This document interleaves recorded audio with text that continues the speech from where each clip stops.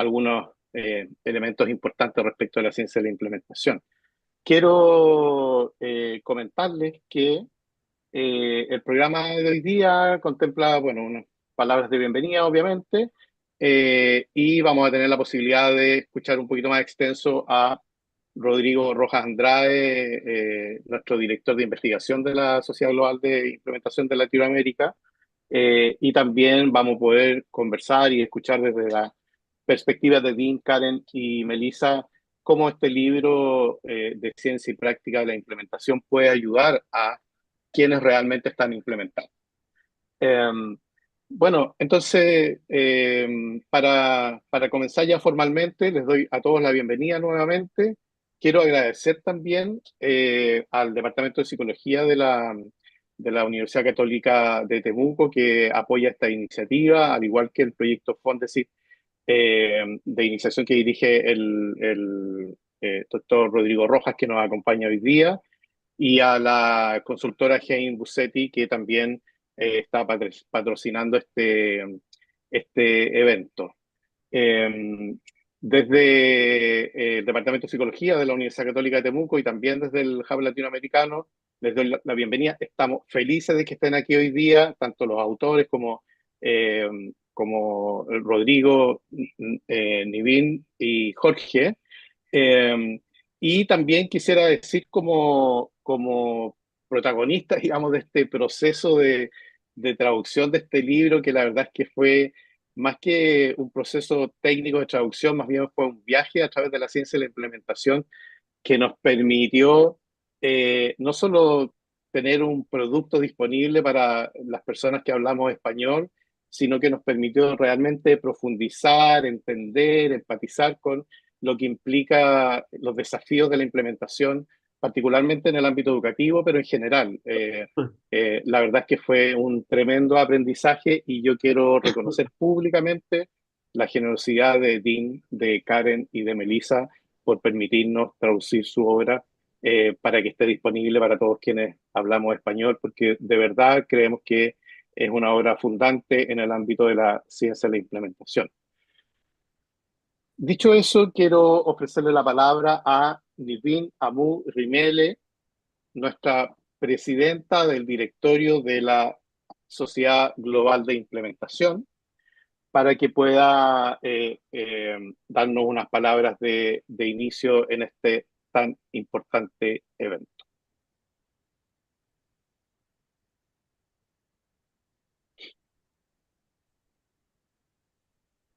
Well, thank you very much and welcome everybody. I will not take much time. I will give the floor for the authors of the book to share their experience and their knowledge, and also the one who worked on the book on the translation to share their experience in the translation process. But first, I would like to start by thanking Sergio and the team for initiating this idea and translating the knowledge and not keeping it limited to one people. And I will take the floor to talk about GIS, the Global Implementation Society, which stands at the far front of the global movement to bridge the gap between evidence and practice. Since its inception, GIS has brought together researchers, policymakers, and practitioners and advocates to address the complex challenges of implementation effective solutions across cultures, sectors, and regions. At its core, GIS is a community that fosters collaboration, builds capacity, and drives changes. We are happy here that we have Dean with us because GIS Vision owns much of its pioneering work to its founder, Dr. Dean Fixon and Dr. Herbert Peterson, whose leadership continues to inspire its mission today. Together, Dean and Bert envisions a society that would bring implementation science to every corner to the globe, a vision that continues to thrive today. A hallmark of GIS success is its global network of GIS hubs and partners. The global hubs serves as a vital platform for collaboration, education, and local adaptation of implementation science practices. They connect diverse stakeholders to address regional challenges with culturally relevant solutions. GIS LATAM, a vibrant hub, bringing together experts from across Latin America. GIS LATAM fosters regional collaboration and tailors implementation science to the unique needs of its communities. We also have GIS Pakistan, a growing hub that is mobilizing resources and expertise to address pressing challenges in Asia. By connecting local stakeholders, GIS Pakistan is paving the way for impactful region-specific initiatives. GIS continues to expand its network with plans to establish new hubs in underrepresented regions. These hubs will amplify the reach and relevance of implementation science, ensuring global solutions are informed by local voices. Global Implementation Society is more than an organization. It's a movement. With the foundation laid by previous and current board members, GIS continues to grow, connecting people and ideas to create a world where implementation science drives progress. From the vibrant GIS LATAM and GIS Pakistan hubs to the exciting plans for new regional initiatives, the Society Global Network is a testament to its commitment to inclusivity and innovation. As GIS expands its reach and impact, it remains dedicated to turning knowledge into action and solutions into sustainable changes. Together, as a global community, we can advance implementation science to the bestest of all. And I will end with muchas gracias. Thank you all. Shukran jazilan. Muchas gracias, Nivin. Muchas gracias por tus palabras y también por acompañarnos el día de hoy. Antes de ofrecerle la palabra a nuestro querido amigo y director de investigación del Hub Latinoamericano de GIS, Rodrigo, primero quiero agradecer a Jorge Vázquez, que nos acompaña hoy día, con quien hicimos este viaje de traducción de este libro. La verdad es que acometer una tarea de este tipo en solitario es un poco complicado, pero cuando uno cuenta con el apoyo de grandes profesionales, de amigos, de personas comprometidas, la verdad es que el camino se hace mucho más simple, más llevadero. Así es que públicamente, Jorge, te quiero dar las gracias y también ofrecerte la palabra antes de que continuemos con Rodrigo por si quieres agregar algo. Vale, muchísimas gracias, Sergio. No, muy brevemente, agradecerte, bueno, a ti, a los autores, a todas las personas que nos acompañan el día de hoy, el poder recorrer este camino, digamos, con otros siempre es muchísimo más gratificante. Coincido contigo en lo importante de poder haber aprendido juntos, digamos, muchísimas cosas enriquecedoras que nos entrega este libro. Yo, de manera personal y particular, estoy trabajando en un servicio público en Chile, digamos, en un pleno proceso de implementación, y ha sido muy enriquecedor este trabajo que ya hace un tiempo atrás empezamos a recorrer en conjunto en la traducción del libro, y es muy interesante, digamos, cómo la implementación nos entrega herramientas como para ir mirando la importancia de lo local, de lo particular, de aquellos elementos que hay que ir revisando desde el diseño, y me pareció para mí fue una tremenda experiencia. Así que no quiero alargarme mucho más, simplemente agradecerte inmensamente la posibilidad de haber podido ser compañero tuyo en este proceso de la traducción del libro, y agradecer también a los autores por la generosidad, digamos, de compartir con todos nosotros, digamos, este conocimiento. Muchas gracias. Gracias a ti, Jorge. Bueno, quiero ofrecerle la palabra ahora al doctor Rodrigo Rojas Andrade, como les decía, nuestro director de investigación del Hub Latinoamericano de GIS, también académico de psicología de la Universidad de Santiago de Chile, y además líder del proyecto Fontecid, que está colaborando para el lanzamiento de este libro, de esta edición en español del libro de Ciencia y Práctica de la Implementación.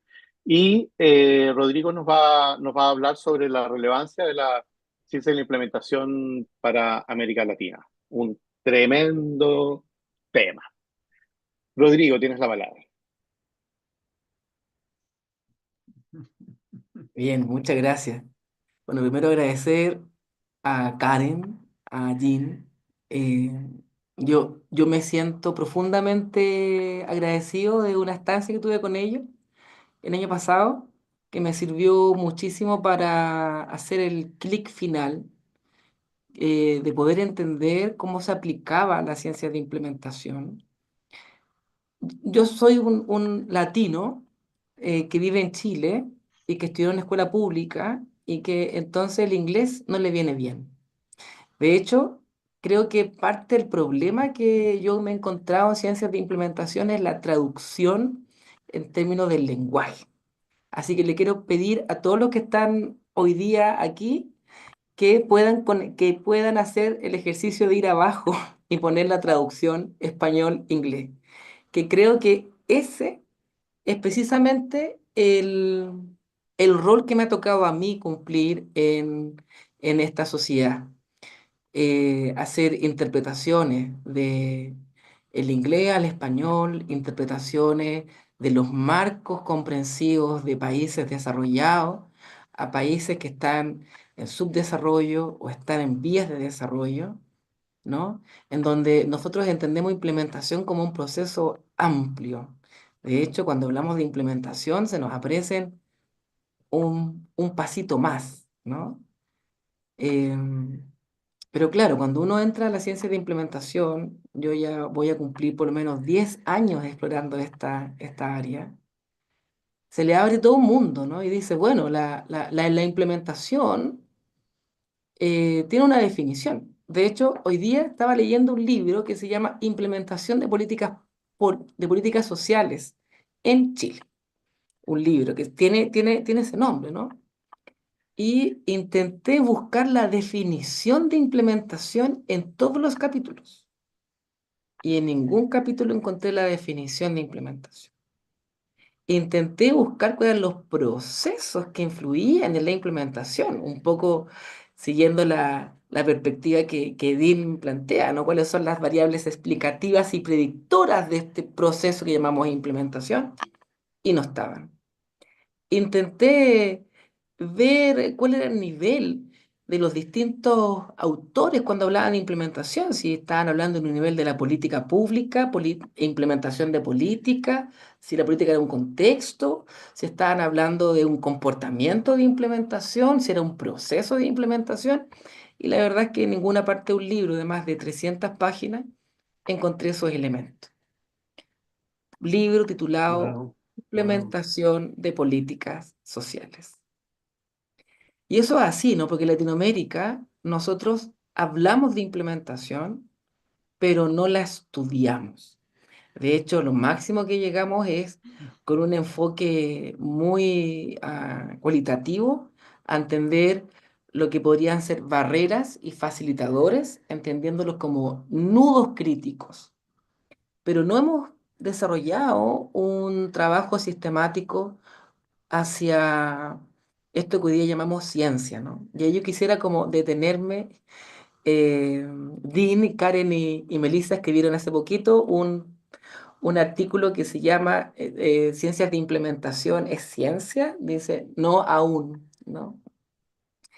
Y ese artículo es muy, muy importante, ¿no? Porque nos plantea que si nosotros queremos hablar de ciencia, entonces tenemos primero que definir los constructos, ¿no? Que nosotros vamos a estar trabajando y luego tenemos que definir las variables y establecer relaciones causales y predictoras en eso, ¿no? Entonces, parte el desafío que ha sido estudiar la implementación a nivel global, como decía eh, recién la colega, implica ser capaz de generar unas definiciones concretas, ¿no? Definiciones que nos van a ayudar a nosotros a avanzar en la comprensión.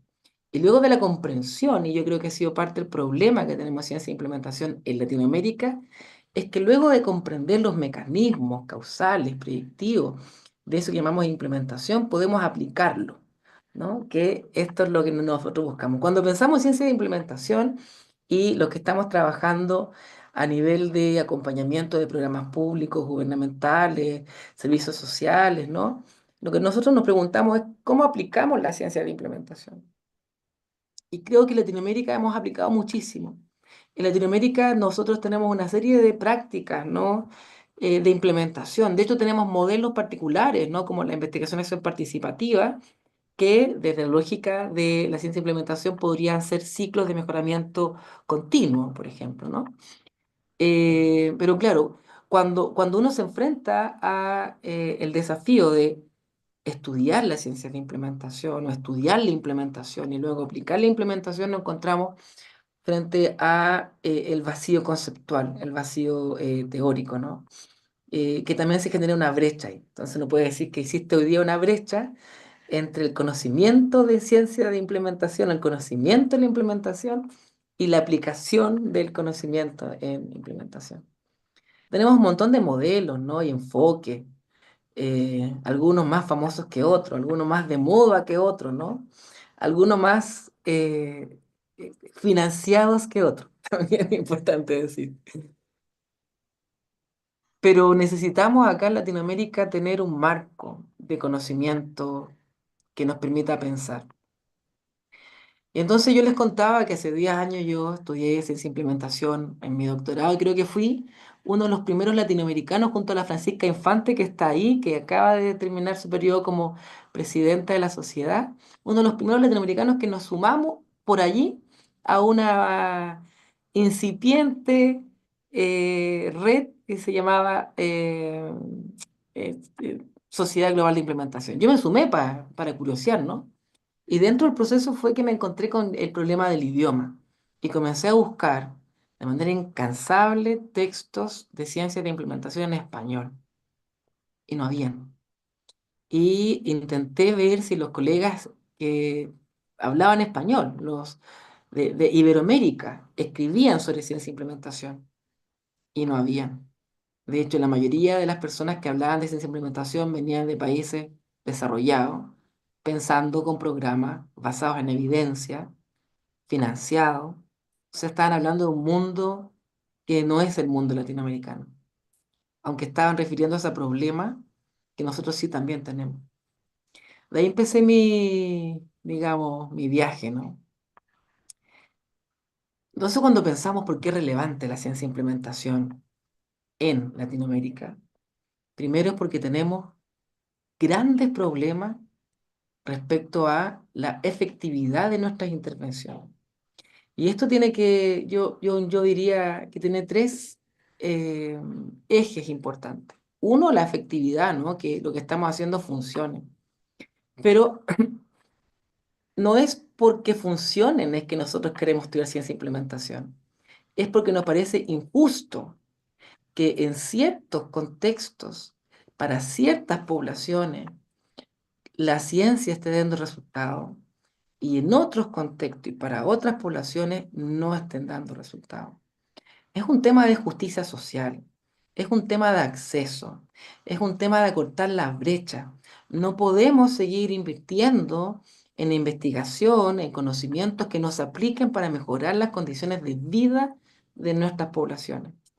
Acortar la brecha implica acercar el conocimiento científico y por tanto sus beneficios a la mayoría de las personas. Esa es la segunda razón, ¿no?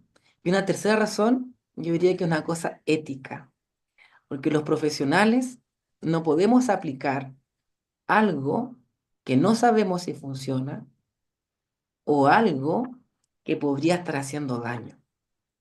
Entonces me parece que cuando pensamos en ciencia e implementación, uno tiene que ver con intereses académicos científicos, otro tiene que ver con intereses de justicia social y políticos, por supuesto, y otro tiene que ver con intereses éticos. Y esos elementos, lo ético, lo político y lo académico, son temas que en la investigación en Latinoamérica han estado presentes desde los años 60. O sea, de hecho, toda la investigación social en Latinoamérica se ha preocupado de entender cómo las intervenciones tienen estas dimensiones, ¿no? Entonces, ¿por qué es relevante una ciencia de implementación en Latinoamérica? Es porque nos va a permitir abordar eso. Pero también hay otra preocupación, ¿no? Porque hay que pensar en una ciencia de implementación desde Latinoamérica, no solamente la aplicación de una ciencia de implementación desarrollada en otros países, sino también una ciencia de implementación que se desarrolla, crece y comienza a generar conocimiento desde este lugar. Y, por ejemplo, allí con eso quiero terminar. Habitualmente o de manera tradicional en ciencia de implementación se entiende que la intervención o la innovación o el programa es una cosa. De hecho, hay un paper muy famoso de Curran que va a decir que para entender la ciencia de implementación hay que entender la cosa, ¿no? Y para nosotros un programa no es una cosa, no es algo que se aplica, no es algo que se usa. De hecho, no podría pensar que aquí, cuando nosotros comenzamos a hacer un programa, lo que tenemos es una criatura social, una criatura colectiva. Nosotros pensamos que los programas no son cosas inicialmente, sino que van construyendo comunidades. Por tanto, hay interacciones, hay identidad, hay pertenencia, ¿no? Y de esa manera entonces ya nos cambia el enfoque de pensar que estamos aplicando una intervención. En Latinoamérica creemos que estamos creando, estamos participando, estamos, como plantea Nidín, desarrollando un movimiento. Y eso ya es una manera muy distinta de empezar la implementación, ¿no? De hecho, genera una identidad, ¿no? Los profesionales que aplican un programa dicen nosotros somos y ponen el nombre del programa. Cuando comienzan a eliminarse los soportes, comienzan a sentir que eh, muere el programa. Ocupamos la palabra que los programas mueren. Y eso implica que estamos desarrollando vida. Y eso es un enfoque muy, muy distinto, ¿no? Creo que en Latinoamérica tenemos mucho que desarrollar y también mucho que aportar. Y para eso, primero, tenemos que aprender inglés, por supuesto. Pero otra cosa que yo digo, y ahí Karen, también lo conversamos, las personas de otros países tienen que hablar español, porque hay muchas palabras en español que tienen mucho sonido y tienen mucho ritmo, y tienen mucho corazón, y no se pueden entender si no se hablan en español. Así que yo creo que este es un primer y tremendo paso. Agradezco a Sergio por su incansable liderazgo. Nosotros somos así, partner, inventando cosas, y estamos completamente, y voy a hablar por los dos, Sergio, por favor, estamos convencidos de que tenemos que ir acercando la ciencia de implementación al gobierno, a las fundaciones, a las universidades, pero particularmente a las comunidades, ¿no? Porque es donde allí es donde se pueden efectivamente beneficiar las comunidades, pero también es desde las comunidades en donde la ciencia de implementación puede aprender mucho. Y en Latinoamérica especialmente de cómo los programas viven, ¿no? Y siguen viviendo, más que decir son sostenibles, ¿no? Sino que van adquiriendo potencia, crecen, desarrollan. Eso, un abrazo y muchas, muchas gracias por esta instancia. Muchísimas gracias a ti, Rodrigo. Rodrigo, hay una pregunta para ti en la sección de preguntas y respuestas. Te la ¿Al voy a tiro? leer al tiro. Hagamos un asado, hagámoslo al tiro. Perdón por el chilenismo. Héctor Olea pregunta, ¿cómo se relaciona la ciencia de la implementación con la ciencia de la complejidad? ¿En qué Oh, se complementan y en qué aspectos se diferencian? yo creo que esa no es una pregunta para mí. Es una pregunta, ¿no? Yo creo que es una pregunta para los autores. Yo podría tener una Perfecto. opinión. Entonces, ya, pero si tienes una opinión, y la vamos a dejar también ahí esperando para luego de la intervención de Karen, Dean y Melissa. Voy a decir dos cosas al respecto.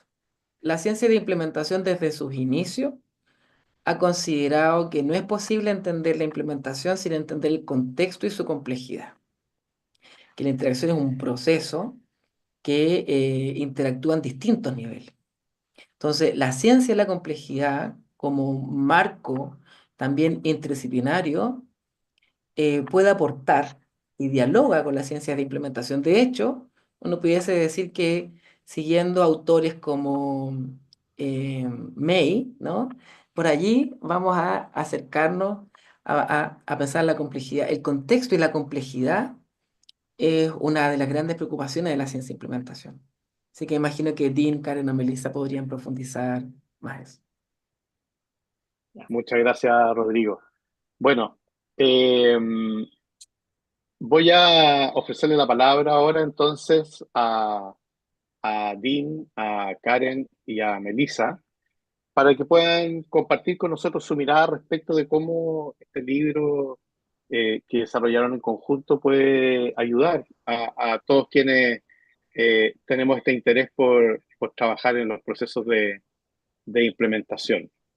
Como ustedes gusten coordinarse, Dean, Karen, Melissa, quien hace uso primero de la palabra, decíanlo ustedes, tienen el micrófono.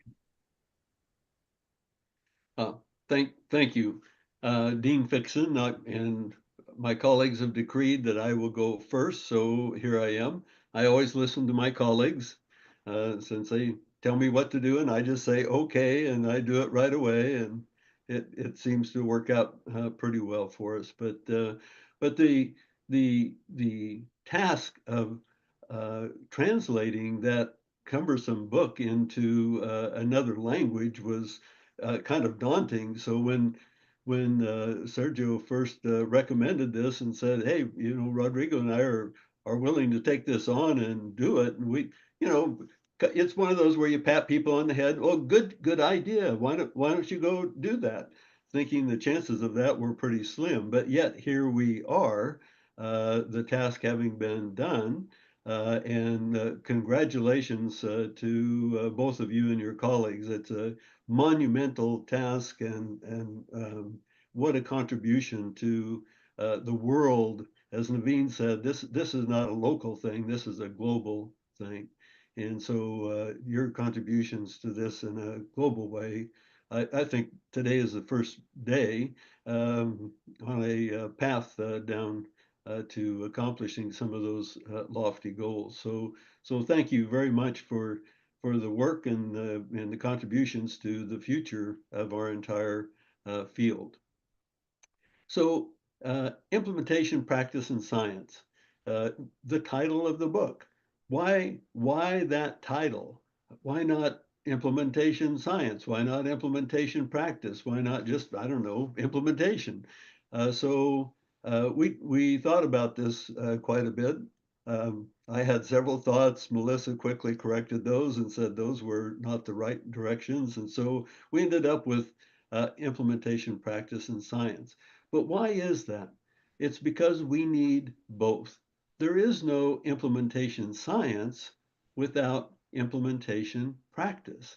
So the first one of the sentences in the first paragraph of the book says, people cannot benefit from innovations they do not experience. I mean, it's totally obvious, logical, and yet not common. But if we can have the best innovation in the world, but if we can't get it into place so that people can experience it, they have no chance of benefiting. Well, that same idea applies to science. We would want to evaluate something. We want to include a variable in an experience, or in an experiment. But if we can't produce the independent variable, we cannot study something that is not there. And so back in the old days, they called that a type 3 error. You have statistical type 1, type 2 errors.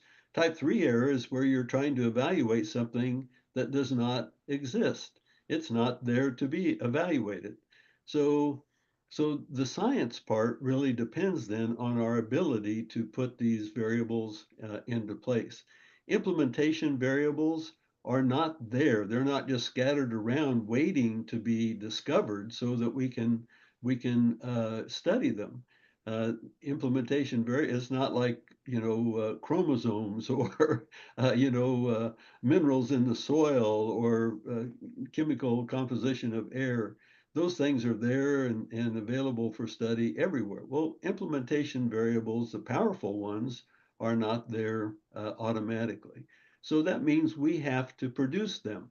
Well, how do we produce them? We produce them by knowing implementation science or practice well enough that in a practical way, we can put that variable that we want to study into practice. We can implement the implementation independent variable. So you see where this whole thing comes back in on itself.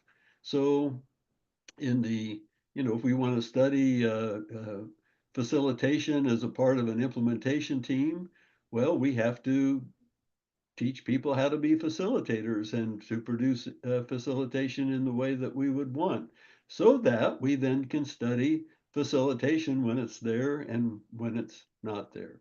And so that's where the science really depends on the practice.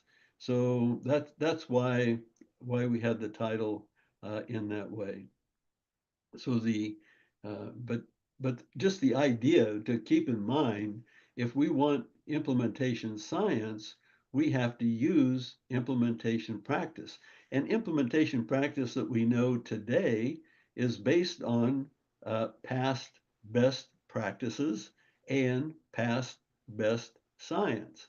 So let's capitalize on what we have found out so far, so that we can create the implementation variables we want to study, so that we can produce a future implementation science that is vastly better than what we have today.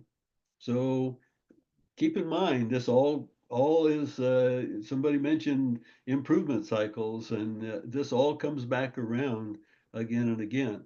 And I'll leave it to Melissa to answer the study or question around complexity, but complexity teaches us this is how the world works. You mess with one thing, you're going to mess with everything.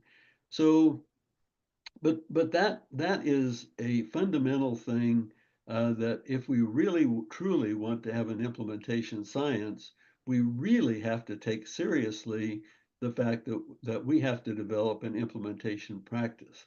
And so the implementation specialists, and we have a course that we have developed within the Active Implementation Research Network that is going to be helpful for producing the next generation of implementation specialists who know how to do the practice part of this.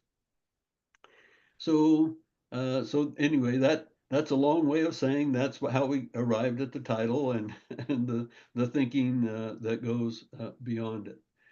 But in that, the one big thing that comes through is the importance of fidelity.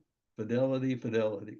And fidelity means, are we doing what we intend to do? I mean, fundamentally, that's what fidelity is.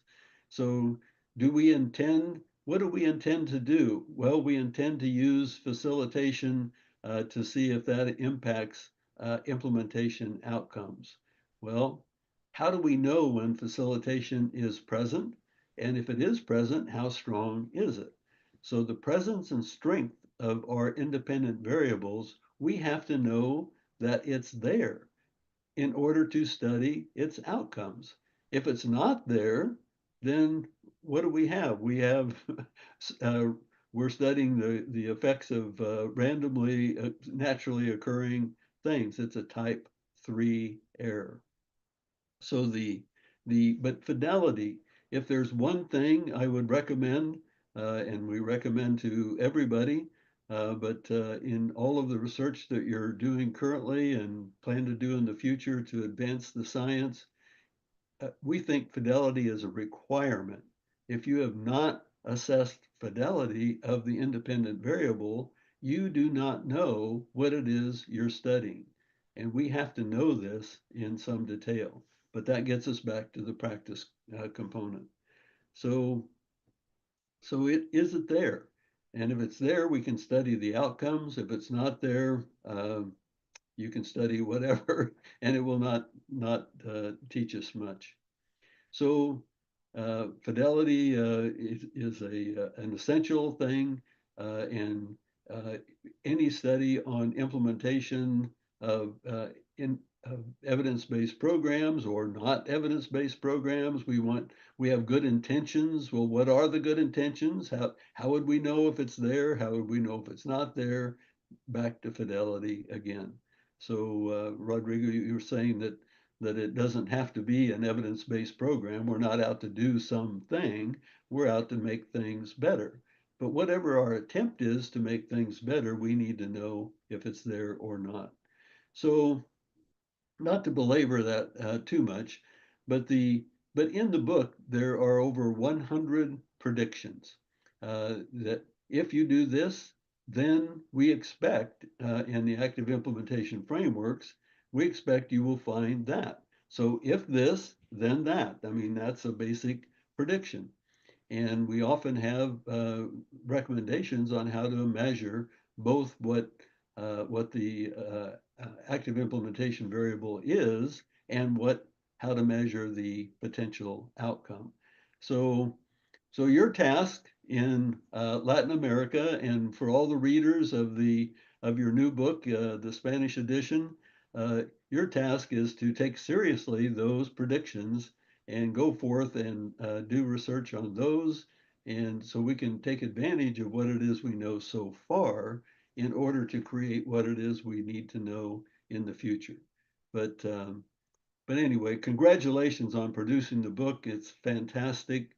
We will make it available as part of the Active Implementation Specialist certification course, so that for people around the world who are Spanish speaking, they will have that as an option. So your contributions will live on in many, many ways, not only in the ways you anticipate, but the rest of us plan to ride on your coattails and take advantage of your work. So thank you. Gracias a ti, Dean. Muchas gracias. Antes de continuar con Karen y Melissa, les recuerdo que pueden dejar sus preguntas desde ya en la sección de preguntas y respuestas. Y también para quienes prefieran, puedan, cuando terminen las intervenciones de Karen y Melissa, pueden levantar la mano y le habilitamos el micrófono para que puedan hacer su pregunta o comentario directamente a las autoras y el autor. No sé quién sigue, Karen, Melissa. Karen? Yes, The floor yes. is yours. Well, as Dean said, this is a wonderful contribution. And as Sergio was mentioning, it took a group of people. And we like to say, if you want to go fast, go alone. But if you want to go far, we go together. And so I thank you for the opportunity to go together with you on this road, this journey. And it's a real privilege and honor for us to share our work with you and look forward to learning from you as well. So today I'd like to share 3 main points that may be of interest to you and helpful as you use the book. The first one is that, as Dean has noted, the book is based on our reviews of implementation data and on our practical experience over the last 40 years. I know I don't look that old,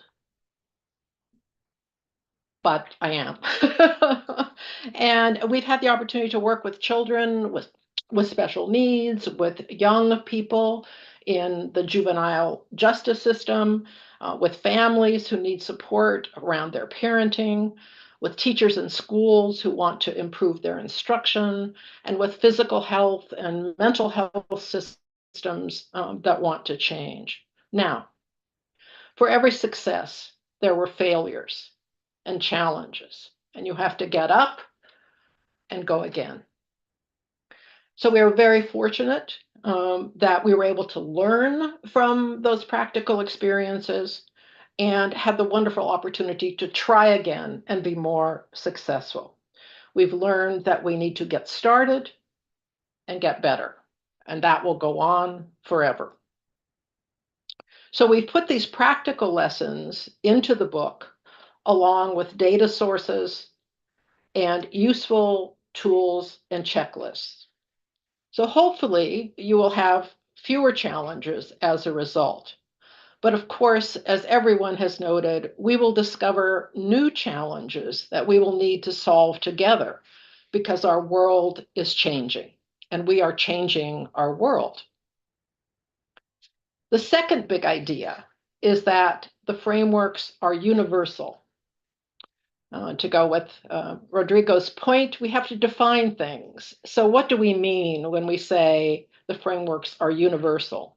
It means two things. First, the frameworks can be applied at the practice level, the practitioner level, the teacher, the therapist, the nurse, at the agency level, the hospital, the school, the institution, and at the systems level and the community level. What is happening? What's the context in which this is happening? And this is important because real implementation is about behavior change. How do we change our behavior? The frameworks are also universal because they can be applied to any domain. They have been applied in education, health, supports for at-risk families, justice systems, early childhood systems, health promotion, health prevention. So the wonderful thing about this for all of you in Latin America and for all of us around the globe, as Naveen was stating, is that we can learn from every application that uses a common framework, regardless of what the population of focus is. I'm very interested in early childhood education, but I can learn from business that uses implementation practices. I can learn from juvenile justice systems. I can find the frameworks give you the big ideas that then you can apply to your work. So the third big idea is that the active implementation frameworks help you to build and make visible the implementation infrastructure. Now, what do we mean by implementation infrastructure? For us, the implementation infrastructure is embodied in the active implementation frameworks. These are the effective processes that you need to create change at the practice, agency, and systems level. You all know, I'm sure, that there are very complex challenges to getting a new human service program working. And in the United States, we are very impatient people. Too often, very little time is allowed to produce expected outcomes. Results seem to be expected in just a few minutes, in just a few months if you're lucky, in just a year if you're very lucky to have that timeline. But we noticed that these unrealistic expectations, they don't occur for some other big projects. And that had us very interested. What about road construction? What about building a new major highway? You know, at least here, when road construction begins, no one expects that next week we're going to have a road that we can drive on, or even in a few months. So that was interesting to us. Why don't we expect building the new road to happen quickly? Well, partly it's because we see the infrastructure in action that is building the road. We see the barriers go up. We see the trucks moving the dirt. We see the tar being laid. We see the lines being painted. We see new road signs coming. Finally. So the infrastructure that we need to build a road is visible. We see it. We know we need trucks and workers and barriers and people, and it's going to take time. But because the infrastructure is visible, we are confident that the outcome is getting closer and closer to becoming a reality and it's worth paying for because it will deliver us a road. Well, with frameworks, we can make the implementation infrastructure for human service programs visible too. And we do this by using effective frameworks and by explaining what we are doing and why we are doing it. So there are great reasons to build this implementation infrastructure and make it visible. One reason is it helps you deal with impatient people. If you can track and report implementation outcomes along the way and show the people the path you are traveling, you make progress visible before you get those big outcomes that you want. So people understand how and why progress is occurring. How many people have received training? Did they learn anything? How well have they been trained? How much coaching feedback have they gotten? Has the feedback improved their performance? Do you have the data system in place that will help you make good decisions? Those are all immediate implementation outcomes that you can show people, here's where we are on the roadmap. Here's where we are going. The second advantage of making the infrastructure visible is that you have a common set of shared frameworks. If you use them, explain them, tell people why you're using them, then people come to have a common language. That improves communication, sets realistic expectations, and supports problem solving. There are many ways to get to the end result, and many different maps that can take you there. But if I have map number 1, you have map number 2, Melissa has map number 8, and we're trying to talk to each other about how to get where we want to go, it's going to be a big, big challenge. So it helps to have a shared framework. The final advantage of making this infrastructure known and visible is that we can scale up programs with greater success. We can do it over and over again because we know that we need to scale up the program. We have to scale up the implementation infrastructure. How much more training do we need? How much bigger does our data system need to be? How many more coaches will it take to get the work done?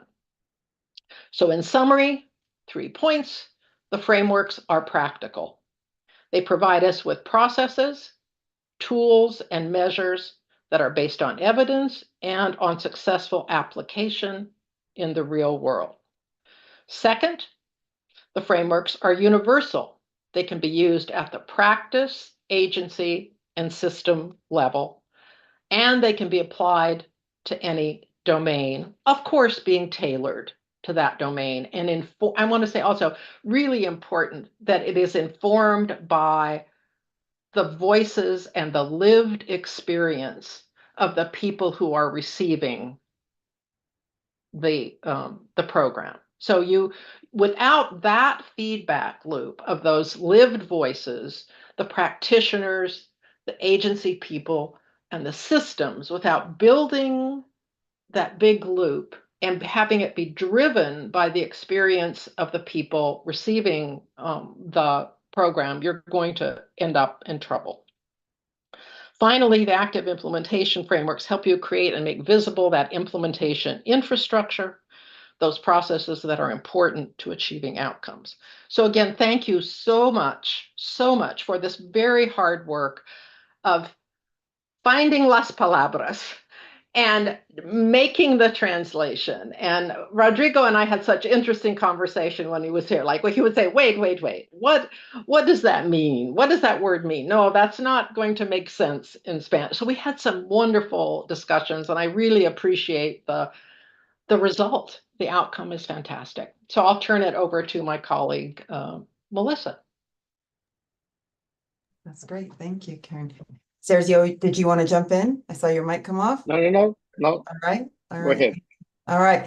It is such a pleasure for us to be here with you and to have the opportunity to recognize the efforts and the contribution of the Latin American hub of the Global Implementation Society. I had the good fortune of serving on the Global Implementation Society board with Francisca Infante, and I would like to recognize her leadership and significant contribution to the growth and development of the global aspect of the Global Implementation Society. Dean and Karen have spoken about the important roles of, well, Dean in particular has spoken about the important roles of implementation specialists and implementation scientists, and that there is no real learning without doing. Karen has emphasized the way in which the active implementation frameworks are universal and can provide guidance in any domain. I wanted to actually, I would say, kind of inspired by conversations that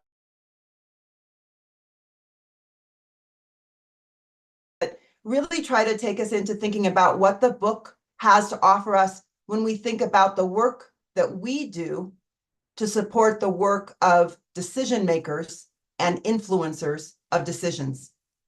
So I thought I would do that by having us step into 3 chapters in the book and just sharing a few highlights about the ways in which these chapters and their focus on particular active implementation frameworks provide us with ideas, rationales, tools, and guidance to support decision makers who want to contribute to creating the conditions for effective practice, effective change that produces meaningful outcomes for individuals and communities.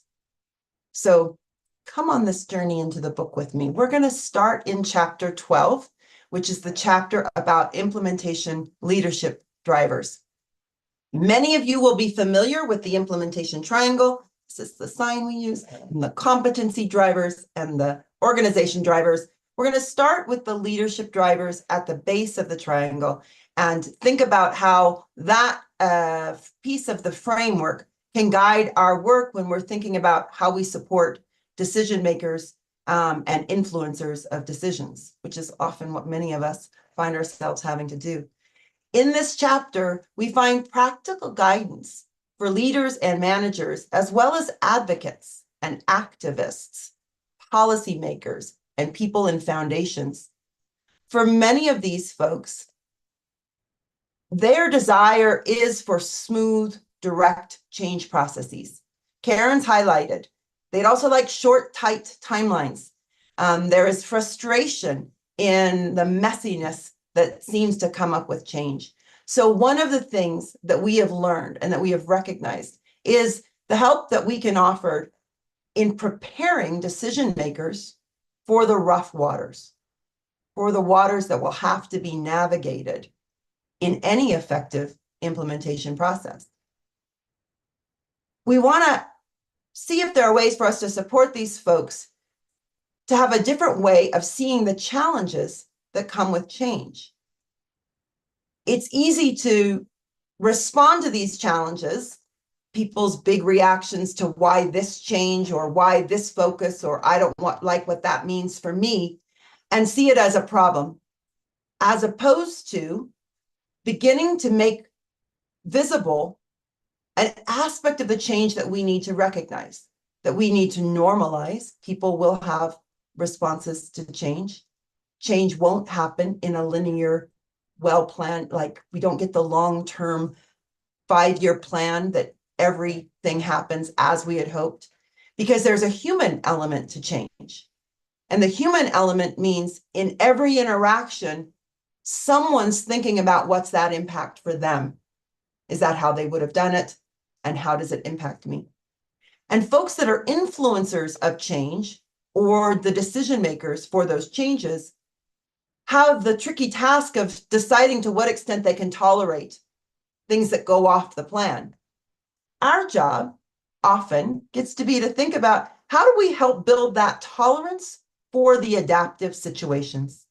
And that piece of the implementation frameworks is around navigating complexity, which is one of the things. So the person asking about complexity might check out chapter 12.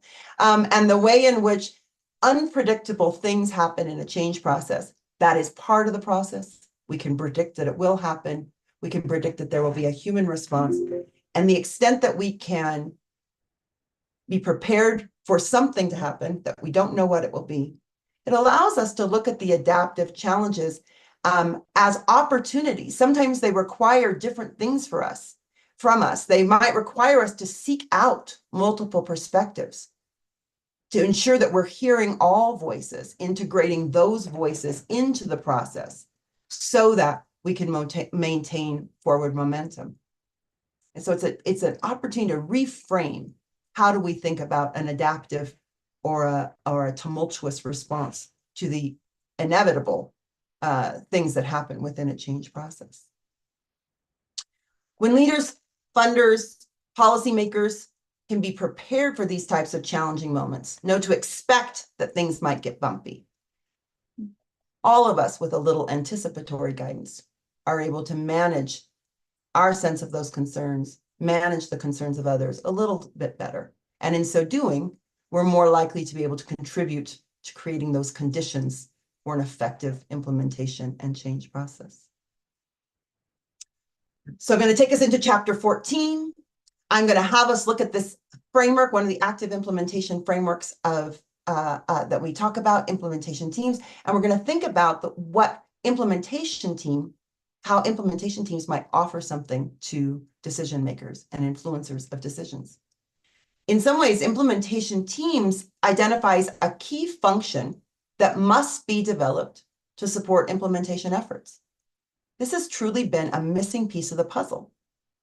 Foundations, policymakers, leaders in organizations haven't known that implementation teams were a link that was missing in the chain. In so many important change efforts, one person gets named to lead the change, to get on with it, to make it happen on their own.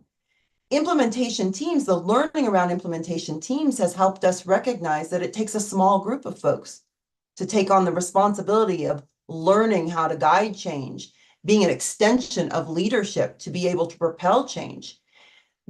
Organizations, systems have learned how to redesign people's jobs within communities and organizations to become the holders of this implementation know-how, and to really ensure that the investment and the change has a container, has a place to go, isn't like pouring water into a colander where it flows out, but there's a group of people who can hold on and ensure that the investment that matters so much to decision makers is going to be well used, put to use, not wasted.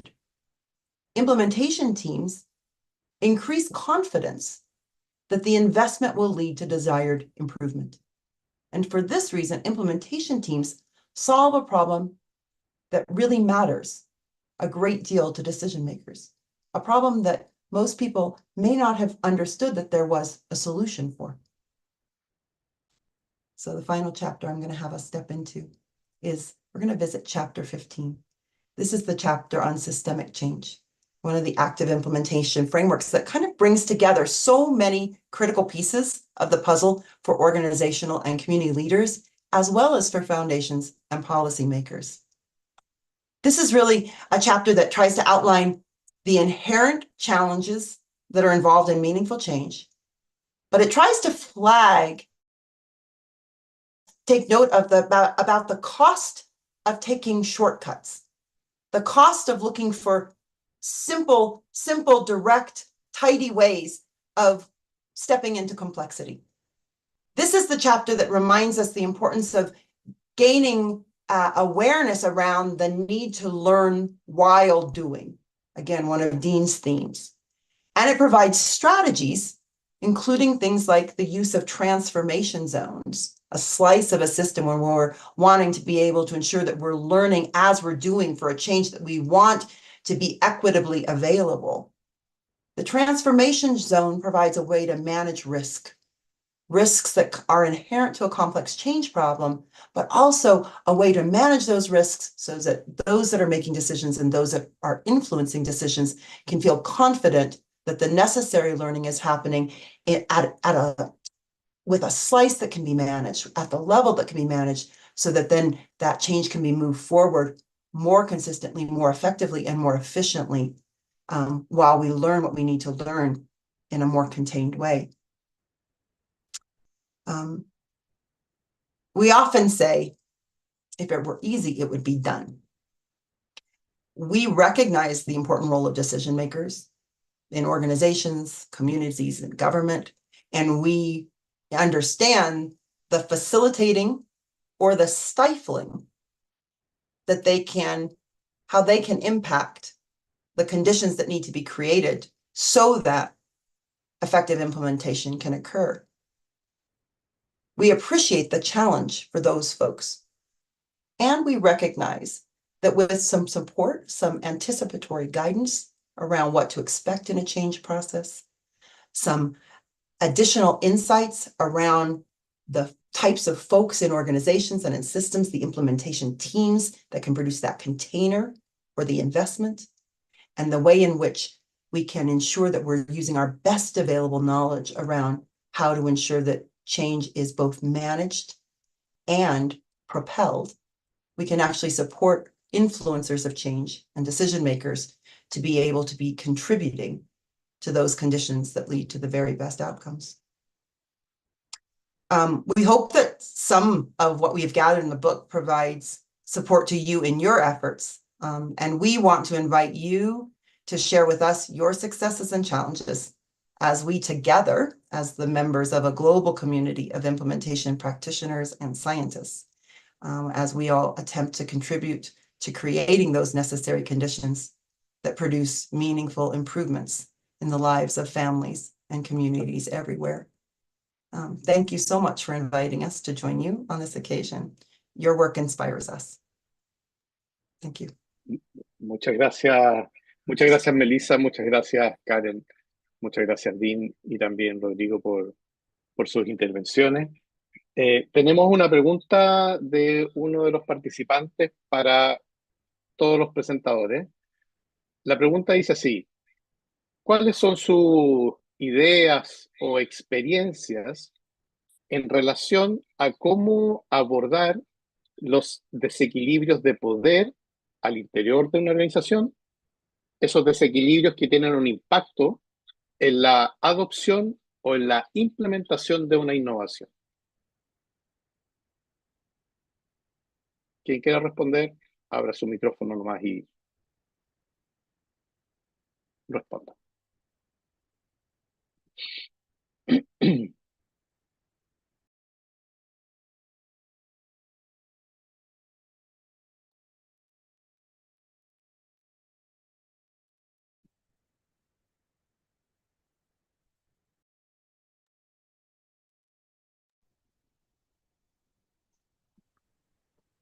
Dean, jump in.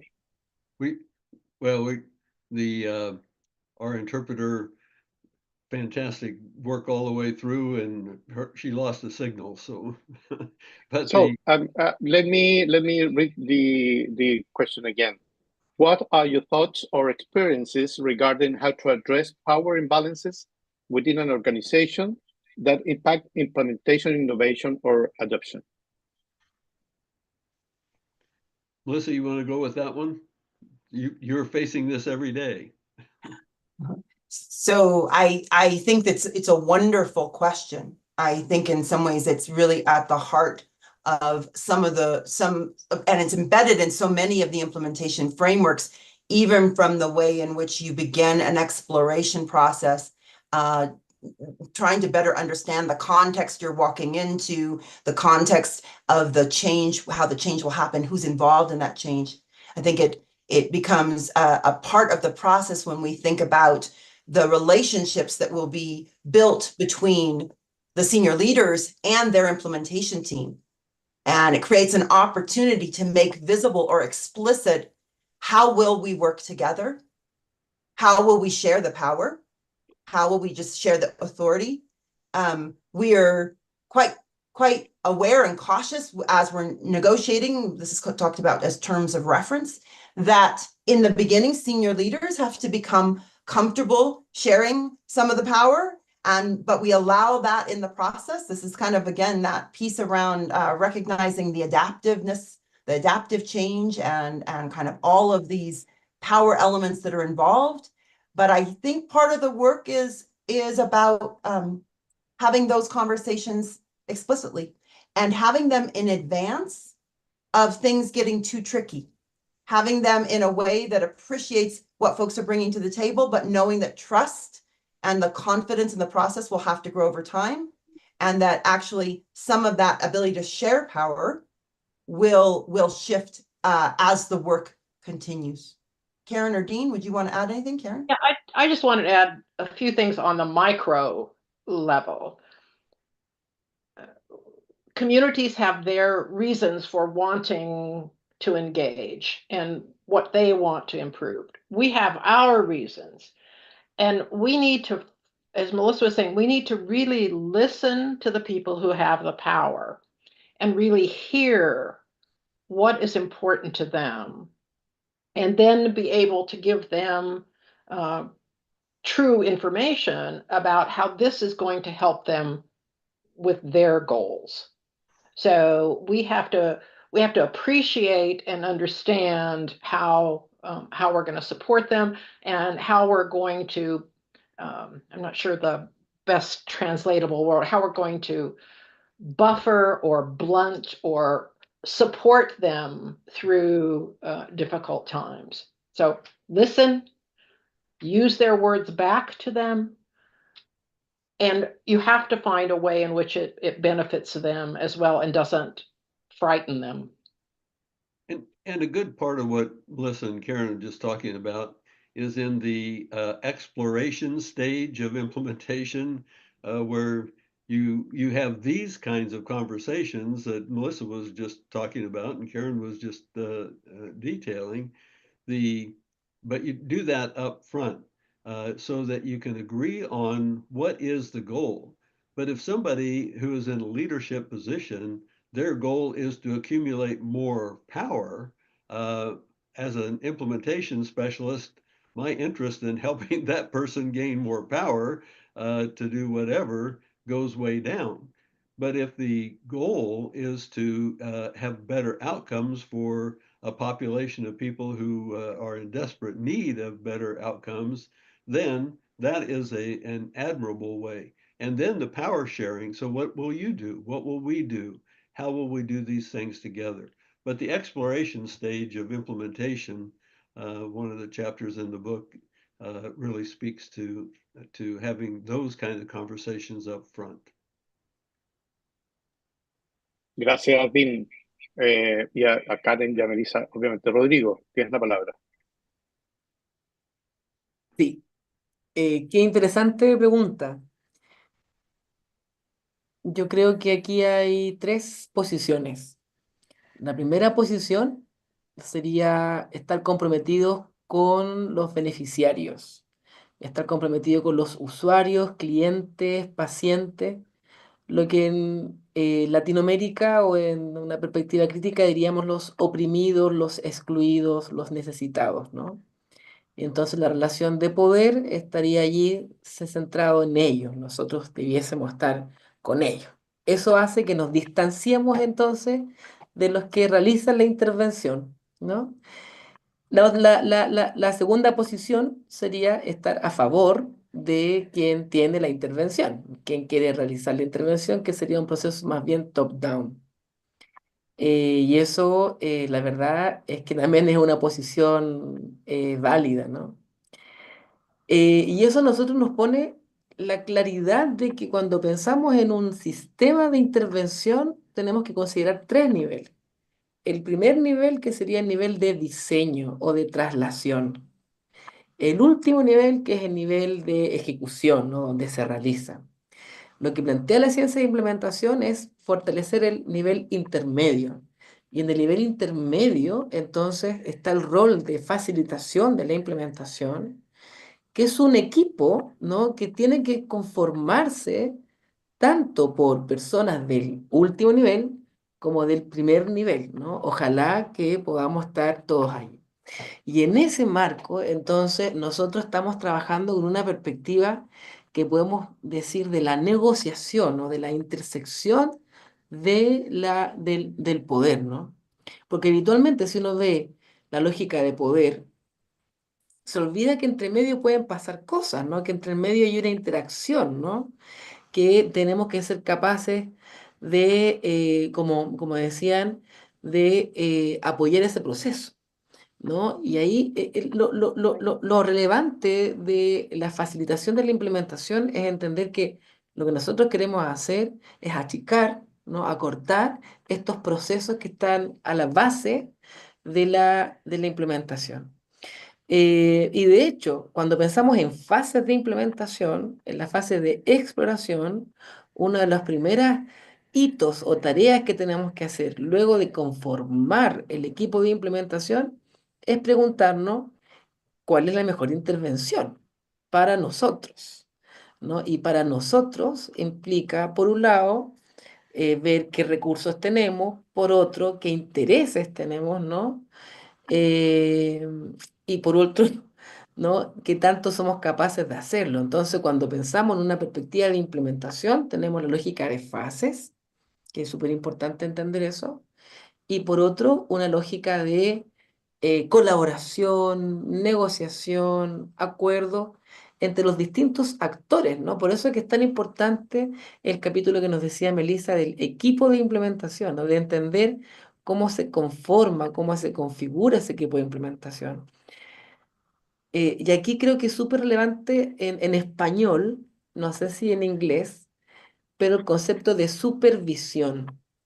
Cuando uno piensa en supervisión, uno piensa en alguien que está observando si es que el otro está haciendo lo correcto, ¿no? Es alguien que está allí, la puerta mirando, ¿no? Y no hace nada, ¿no?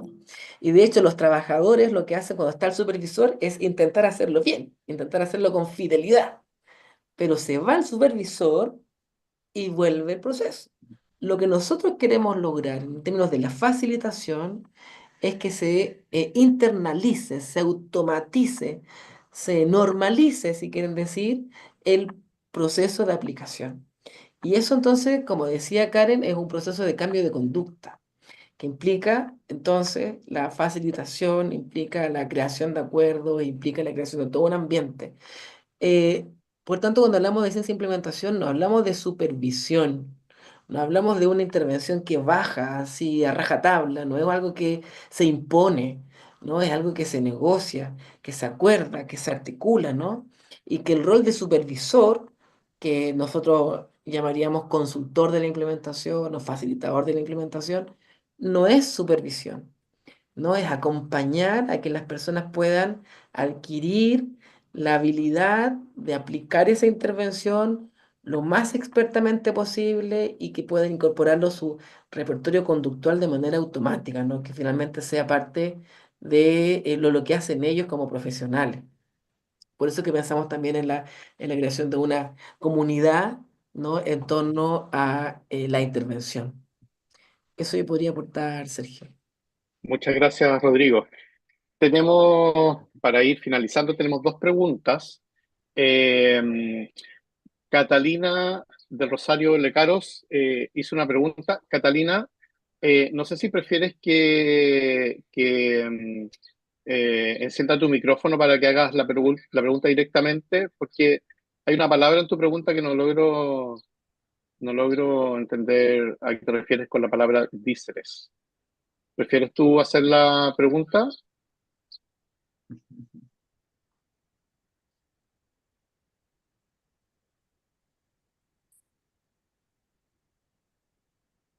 Catalina, tienes la palabra. Ah, Hi, thank you.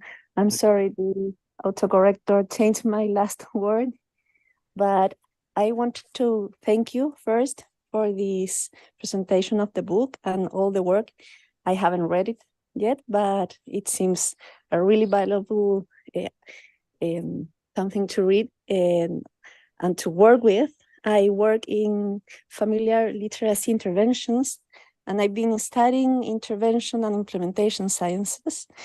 And my question was about how to balance the fidelity of implementation and fidelity of intervention with an approach that is more, I don't know the word now, but that values the cultural and all the resources that families do have from a fount of knowledge approach. And I think it's pretty difficult to knowing all the evidence that makes you decide all the components of your intervention, but also give the space for those values, practices that families do have, and how to combine that, and also respect a fidelity of both processes, implementation and intervention. And that, I'm sorry, speaking is a bit difficult for me. Bueno. Gracias, Catalina. Karen, si me permites antes de que respondan, me gustaría leer la otra pregunta para ver si pueden hacer una Sure. respuesta integrada para ir cerrando. La siguiente pregunta es de Gabriela Garcés y además de agradecer por las exposiciones, pregunta: ¿cómo la ciencia y la implementación define su ámbito de acción respecto de temas y problemáticas organizacionales como, por ejemplo, clima organizacional, liderazgos nocivos y aspectos contractuales? Tienen la palabra.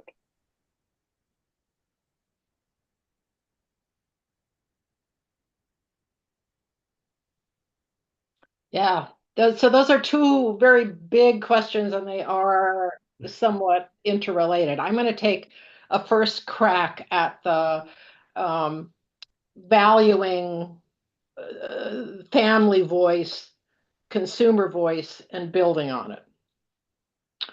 So you're looking for approaches that have some data behind them that says these are important principles that should be in place. And then those are the functions that need to be there for a healthy family, for good teaching, for whatever it is. But the form can be very different. So if we are teaching parenting classes to a group of parents who are from a particular country, we want to understand their cultural values, what's important to their culture, so that we can build the principles into familiar cultural practices for the family, but to still function. So I'll give you a quick example from our Native American communities. So a principle might be, it's important to praise your children. It's important to tell them how well they're doing. So when we work with Native American families, they translate that to say,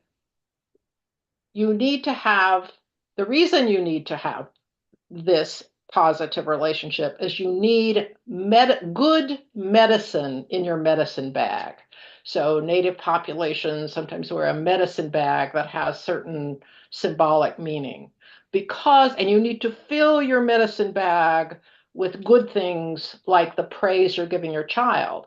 Because when they become teenagers, you will need to be taking out the medicine and using it to help you get through those difficult years. So we let the community build the visuals, the values, the ways of talking about it. I don't expect them to take the language of an academic and put it into a family. That does not make any sense and is disrespectful of the family. So do you know the functions in the program that need to be there to be successful? How do you change the form to make it fit value and build on family strengths. So we could go on for a very, very long time. This is one of my very favorite topics. One quick thing.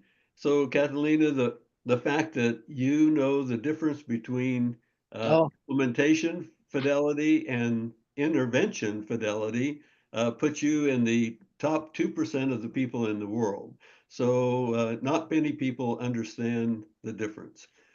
So fidelity of implementation, FOI, has gotten to be the shorthand for what we would think of as the intervention fidelity. So, but we need fidelity at both levels. So the interaction, starting with fidelity, what is our plan to do something? Are we following the plan? Are we getting the outcome that we want? And if we take that simple thought, what is the plan? Are we following the plan? Are we getting what we want? So very quickly, the family voice, the community voice, the other voices that you never thought of will soon show up. They will make themselves known. And so but then you can adjust the plan and you can do the next thing in a purposeful way and do that with fidelity. But unless you do the first thing with fidelity, you will not learn what it is that's missing, what it is that you should have done. And sometimes it's embarrassing. When we first started home-based services many years ago, the local Department of Social Services gave us the first 12 families over the first couple of months, and 7 of the families turned us down. I mean, with home-based services, you knock on the door, and if they don't let you in, you're out of business. You can't get in.